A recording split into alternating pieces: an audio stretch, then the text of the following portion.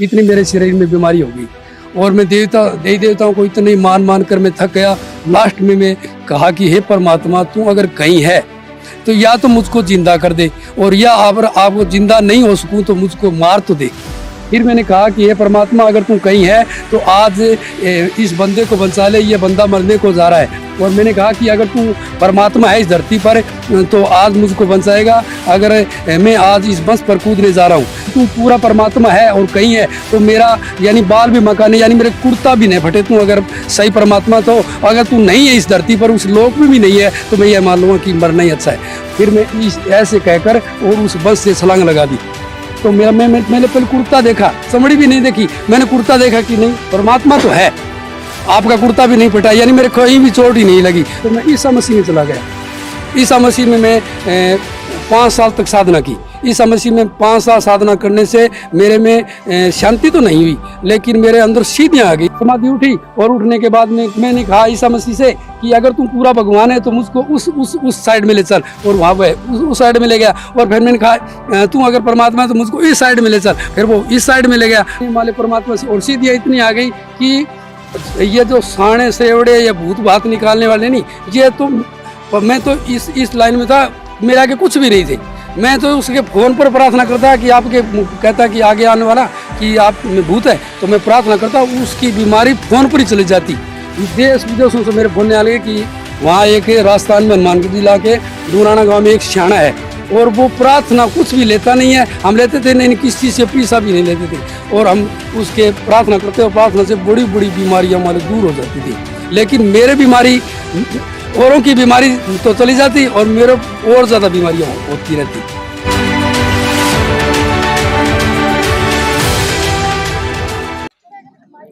नमस्कार सर। हाँ नमस्कार साहब जी। क्या नाम है आपका? मेरा कृष्ण जी है। कहाँ से आए हो? मैं हनुमानगढ़ जिला से हूँ जी, राजस्थान से। क्या काम करते हो? मैं चिड़ाई का काम करता हूँ, मिस्त्री हूँ, और खेती बाड़ी का भी काम करता हूँ, किसान। संत रामपाल जी महाराज से आपने कब नाम लिया? मैंने संत रामपाल जी महाराज से 2013 को लिया था। संत रामपाल जी के शरण में आने से पहले क्या भक्ति साधना करते थे? मैं सदगुरु रामपाल जी की शरण में आने से मैं बहुत भक्ति करता था जी। इन सभी देवी देवताओं की इतनी भक्ति करता था कि सभी को मानता था, और इनको मानते मानते मैं बिल्कुल थक गया। मैं बीमारियों से बहुत सी मेरे बीमारी हो गई, जैसे कैंसर है, नज़ला है, यानी पेट में रसोड़ी है, हर प्रकार की जितनी बीमारी होती है वो यानी मैं तो मानता हूँ कि मेरी ही थी। वो इतनी मेरे शरीर में बीमारी हो गई, और मैं देवी देवताओं को इतने मान कर मैं थक गया। लास्ट में मैं कहा कि हे परमात्मा, तू अगर कहीं है तो या तो मुझको जिंदा कर दे, और या अगर आपको जिंदा नहीं हो सकूं तो मुझको मार तो दे। तो मैं इतनी पुकार करी, पुकार हर समय रोता रहता था, हर समय मेरे कानों में दिक्कत रही, कानों में मेरे खून निकलता था, मेरे जो कानों में, दोनों कानों में खून निकलता था, और मेरे कानों में, आंखों में, यानी मेरा हर सर बीमारी थी जी। फिर मैं आगता होकर एक दिन कहा कि हे परमात्मा, मैं अब आप तो मिलोगे नहीं, लेकिन मैं एक मरने को जा रहा हूँ, और अगर तेरे को बचाना है तो बचा ले। फिर मैं क्या किया कि मैं एक गांव से आ रहा था, और गांव से आते समय परमात्मा से विनती की कि हे परमात्मा, मैंने परमात्मा से जुड़ा, मैं दे देवताओं के चक्कर में था। फिर मैंने कहा कि हे परमात्मा, अगर तू कहीं है तो आज इस बंदे को बचा ले, ये बंदा मरने को जा रहा है। मैंने क्या किया कि उस बस पर ऊपरली साइड में बस पर पीछे की ओर बैठा था, और मैंने कहा कि अगर तू परमात्मा है इस धरती पर तो आज मुझको बचाएगा, अगर मैं आज इस बस पर कूदने जा रहा हूँ। तो मैंने पिछली साइड से बस पर, अगर तू पूरा परमात्मा है और कहीं है तो मेरा यानी बाल भी मकाने यानी मेरे कुर्ता भी नहीं फटे। तू अगर सही परमात्मा तो अगर तू नहीं है इस धरती पर, उस लोक में भी नहीं है, तो मैं ये मान लूंगा कि मरना ही अच्छा है। फिर मैं ऐसे कहकर और उस बस से छलांग लगा दी मरने के लिए, और छलांग लगी तो मैंने पता नहीं था कि मेरे को जिस प्रकार बच्चे को हाथ में ले रखा है इसी प्रकार मेरे को नीचे उतरता गया, और मैं बस से नीचे गिर गया। और गिरने के बाद में पहले बहुत यही देखा कि अगर परमात्मा ने, तो मैंने बात की थी कि अगर तू पूरा परमात्मा है तो मेरा यानी कुर्ता भी नहीं फटे। तो मैंने पहले कुर्ता देखा, चमड़ी भी नहीं देखी, मैंने कुर्ता देखा कि नहीं परमात्मा तो है, आपका कुर्ता भी नहीं फटा, यानी मेरे कहीं भी चोट ही नहीं लगी। फिर मेरे को भादना, यानी मेरे सारे नजदीक भादना पड़ता है, उस अस्पताल में मुझको ले आए। फिर मैंने डॉक्टरों को देखा, डॉक्टरों ने एक टीका तो लगाया, फिर मेरे को टीका लगवाने की जरूरत नहीं है, हमारे को तो मालिक ने बचा लिया है, लेकिन मुझको पता नहीं था वो मालिक है कौन। मैं तो यही मानता कि ये ब्रह्मा विष्णु मान लो ये देवी देवता पितर और सब ये मानता था यही है, लेकिन ये कुछ भी नहीं थे। फिर मैं आ गया, घर पर आ गया, और फिर भी मेरे को परमात्मा तो नहीं मिला। फिर वही हालत मेरे में, वो भी दुखी रहने लग गया कि कानों में बहुत दुखी हो गया, रस आने लगे से, और मान लो रात को नींद नहीं आती। फिर मैं कहूँ अब क्या करूँ परमात्मा, अगर तुम परमात्मा है तो है कहीं पता नहीं, लेकिन अब मिलेगा कैसे। मैं तो अब अगर आप अब नहीं मिलोगे तो मैं और मरने को जा रहा हूँ। अब की बार तू मालिक नहीं बचा सकेगा, मैं राजकनाल नहर में डूब कर मरूंगा, तो तू कैसे बचाएगा, क्यों तू मिलता तो नहीं है, और मैं क्या करूँ अब। फिर मैंने साहब उससे राजकनाल नहर की तैयारी कर ली कि आज अब या 5 दिन हो 7 दिन हो, हम यह सोचकर उस राजकनाल नहर में पढ़ने के लिए तैयार हो गए। फिर मैं उस कई दिन बाद में मेरे दोस्त है जो मेरे साथ में काम करता है मिस्त्री का, उसका लड़का मर गया, तो हम वहाँ बैठने के लिए 7-8 दिन लगे। तो मेरे गांव में भी एक सतगुरु रामपाल जी का भगत है, सतवीर दास नाम करके, तो वहाँ उसकी मौसी का लड़का था और मेरे दोस्त का लड़का था, तो हम एक जगह बैठते थे, एक जगह दोनों बैठते। तो वहाँ चर्चा मान लो हो रही थी कि यार तू क्या, क्योंकि मैं इन देवताओं को छोड़कर मैं कोई देवताओं में तो कुछ नहीं है, लेकिन अब हम और करेंगे, कोई धर्म बदलेंगे। तो मैं ईसा मसीह में चला गया। ईसा मसीह में मैं 5 साल तक साधना की। ईसा मसीह में 5 साल साधना करने से मेरे में शांति तो नहीं हुई, लेकिन मेरे अंदर सीधियाँ आ गई। यानी मैं जब प्रार्थना करने बैठता ना घुटनों टेक कर, तो मेरी जैसे समाधि है ना ऊंची चली जाने लगी, जमीन से मैं ऊपर की ओर चले जाना था। और फिर मेरे को कहा, मैंने तो यही सोचा था कि इस संसार में तो ये है कि स्वर्ग में चला जाएगा तो सब कुछ हो जाएगा, हमको तो स्वर्ग से ऊपर कोई चीज़ ही नहीं लग रही थी। फिर मेरे को हाँ अब तो स्वर्ग जाएंगे, क्योंकि फिर मैं समाधि उठी, और उठने के बाद में मैंने कहा ईसा मसीह से कि अगर तुम पूरा भगवान है तो मुझको उस साइड में ले चल, और वहाँ पे उस साइड में ले गया। और फिर मैंने कहा तू अगर परमात्मा है तो मुझको इस साइड में ले चल, फिर वो इस साइड में ले गया। फिर मैंने कहा कि मेरे को स्वर्ग में जाना है, क्योंकि ईसा मसीह ने कहा स्वर्ग पृथ्वी और पाताल तीनों की कुंजी मेरे हाथ में। यानी ईसा मसीह ने पवित्र बाइबल में कहा नहीं कि स्वर्ग पृथ्वी और पाताल। मैंने तो स्वर्ग से ज़्यादा मानता भी ना था कि स्वर्ग, मैंने तो सोचा स्वर्ग भी सब कुछ है। फिर मैंने कहा मुझको स्वर्ग में ले चल। फिर मेरे को मैं उस समाधि से ऊपर जाने लगा तो क्यों मकान में तो बैठा ही था, और मकान में बैठा था, ऊपर जाकर वो छत की गाटर और चौके मेरे सिर के अड़ गए। मेरे को नहीं है, कामयाब तो नहीं हुए, ये चौके अड़ गए। आज बार प्रार्थना करते तो आज परमात्मा से मिल जाते। तो इस प्रकार मैंने माले परमात्मा से और सीधियाँ इतनी आ गई कि ये जो साणे सेवड़े या भूत भात निकालने वाले नहीं, ये तो मैं तो इस लाइन में था, मेरे आगे कुछ भी नहीं थे।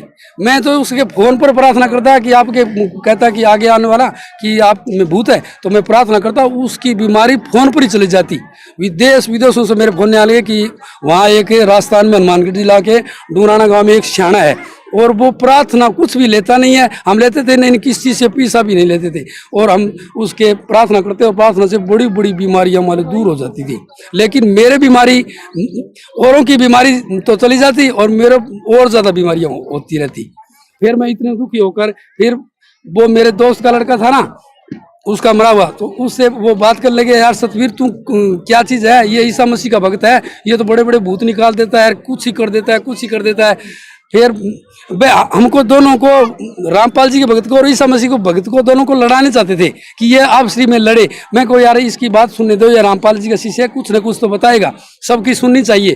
फिर मैंने कहा यार तू बता मुझको कुछ तेरे गुरु के बारे में। हमारे तो पवित्र बाइबल में यह कहा है कि स्वर्ग पृथ्वी और पाताल तीनों की कुंजी मेरे हाथ में है। तो स्वर्ग से ऊपर और है, तो उस सतगुरु रामपाल जी के शिष्य ने कहा कि अरे स्वर्ग तो एक हमारे परमात्मा ने कहा कि रेस्टोरेंट एक होटल है, उससे तो 500 रुपया किसी होटल वाले को दिया, और उसे खाना खाया, और जब वो पैसे माले खत्म हो गए तो होटल वाला निकाल देगा। ऐसा है आपका स्वर्ग। तो मुझको तो और अच्छी चीज़ बताया यार, फिर आप तो सतगुरु रामपाल जी की शरण में आए हो तो मुझके बताओ। तो उसने वो 7 दिन का मालूम बैठक थी, उसमें हम 4 दिन मैंने ना तो पानी पिया ना भी कुछ भी नहीं किया। मैं उसके के सामने रहा, में थोड़ी सी देर हुए, और मुझको यार बता सतगुरु रामपाल जी महाराज। उसने एक भी कहा लोग साथ बैठे, बहुत से लोग बैठे थे, वो बोले कि यार बीड़ी है, क्योंकि मरे हुए कोई मर जाते तो बीड़ी बाड़ी तो पियाते ही है। वो थाली पड़ी थी, बोले इधर सरका यार थाली। तो उस सतवीर भगत जी ने बोला कि रामपाल जी महाराज के शिष्य ने बोले हमारे गुरुजी तो ऐसे सिखाते हैं कि विकार नहीं करना आपको कोई प्रकार का। तो हम बीड़ी के हाथ तो बहुत दूर की बात है, हम किसी को माचिस भी नहीं देंगे। मैं कहूँ यार आपका गुरु है वो एक नंबर का गुरु है कि मैंने इतनी प्रार्थना की है ईसा मसीह में। कोई तो कहता है कि भैंस से दूध नहीं देती है, आपका दूध की प्रार्थना करो। कोई कहता है कुछ की, कोई धन की, कोई कुछ की, लेकिन आज तक मेरे से कोई प्रार्थना नहीं करवाई है कि मुझके मान लो यानी विकार दूर हो। तो आपका गुरु है वो एक नंबर का गुरु है। और इस प्रकार उसकी शरण में जाने से माने उसकी बातों पर आने से मैं परमात्मा की सत्संग सुनी और इस प्रकार मैं परमात्मा की शरण में आया। जैसा कि आपने बताया संत रामपाल जी के शरण में आने से पहले आप ईसा मसीह की साधना किया करते थे। समाधि के दौरान आप में सीधी आ गई थी, जमीन से ऊपर उठ जाते थे, जिससे आपको लाभ नहीं हुआ। फिर संत रामपाल जी महाराज के शरण में आए, तो संत रामपाल जी के शरण में आने के बाद आपको क्या लाभ हुआ? सतगुरु रामपाल जी महाराज की शरण में तो आने से बाद मेरे को बहुत ही मान लो मेरे को ये शांतियाँ मिली, क्योंकि मेरे शरीर में जितने मेरे शरीर में कष्ट थे वो तो सारे कष्ट वो ठीक हो ही गई। और मेरी लड़की के मान लो जो भूत प्रेत की आत्मा इतनी थी, मैं औरों की भूत प्रेत की आत्मा निकालता था और मेरी लड़की की वो भूत प्रेत की आत्मा नहीं निकली। मेरे से कहते आप अड़े देश विदेशों में फोन करते हो और भूत निकालते हो, आपकी लड़की की नहीं निकलती। मैं को मेरी लड़की की तो सतगुरु रामपाल जी भी निकालेगी। मैं परमात्मा की शरण में तब आ गया था। तो कहा कि ये लड़की तो मर जाएगी, वो मर जाएगी तो हमारे को ये लड़की रामपाल जी महाराज की मरेगी, हमारी तो मरेगी नहीं। तो मैं तो एक वो लाभ हुआ मेरे को। और मेरे भैंस थी जी घर में, और वो भैंस की आगे की यानी धन नहीं बनी। और मैंने परमात्मा से कहा, लोग मुझको ताने मारने गए रहे कि रामपाल का तुम शिष्य है, आपकी न तो भैंस कामयाब हो रही और न भी आपके जो कोई फायदा नहीं हो रहा। मैंने फिर कहा कि ये हो जाएगी परमात्मा की दया से। तो मैंने परमात्मा से मन ही मन में प्रार्थना की कि हे परमात्मा, इस भैंस से ये आगे की नहीं यानी धन नहीं बनी है, तो ये परमात्मा दया करो। आगे की ये चलो नहीं बनी, कोई ज़रूरत नहीं है मेरे को, लेकिन हमारे को तो 2 किलो दूध चाहिए। ये दूध 2 किलो दूध है ना, ये 2 किलो दूध जब तक देती रहेगी तब तक मुझको संतोष है। परमात्मा सिर्फ 2 किलो दूध मांगा मैं परमात्मा को। और वो भैंस 4 साल तक कंटिन्यू मान लो दूध देती रही। 4 साल तक वो दूध और ब्याई नहीं और वो दूध देती रही। और उस क्योंकि वो पहले ब्याई थी, उसका पड़ा था तो परमात्मा से क्यों आदेश है रामपाल जी महाराज का कि आपको जो भैंस के जो पाडा या बच्चा होता है नहीं उसको बेचना नहीं है। तो मैं कहा परमात्मा ये बच्चा तो बड़ा हो जाएगा, फिर मैं इसको क्या करूँ, बेचना तो नहीं है। तो मैं परमात्मा मन में कहा कि परमात्मा हमारे को बेचने से क्या करना है, बच्चा है ये इतने बच्चा रह जाए, यानी मन में ही किया था। और वो बच्चा आज भी आप देख सकते हो, मैं बादना तहसील का हूँ, हनुमानगढ़ जिला का। वो बच्चा अभी यानी आदमी उसको उठा सकता है, इतना बच्चा है। ये चमत्कार किया। और परमात्मा ने मेरे बच्चा था और वो डिग्गी के अंदर मान लो एक भरी हुई है 120 बाई 20 की मेरे खेत में डिग्गी है। वो उस डिग्गी के अंदर एक डब्बा था, वो डब्बा निकालने लगा तो डिग्गी के अंदर चला गया। वो भी परमात्मा की दया ऐसी हुई कि वो भी उस पानी से बाहर निकल गया। और मेरी बच्ची की जो प्रेत आत्मा ही वो मैं नहीं निकाल सका, लेकिन सतगुरु रामपाल जी महाराज ने दया की, वो निकल गई।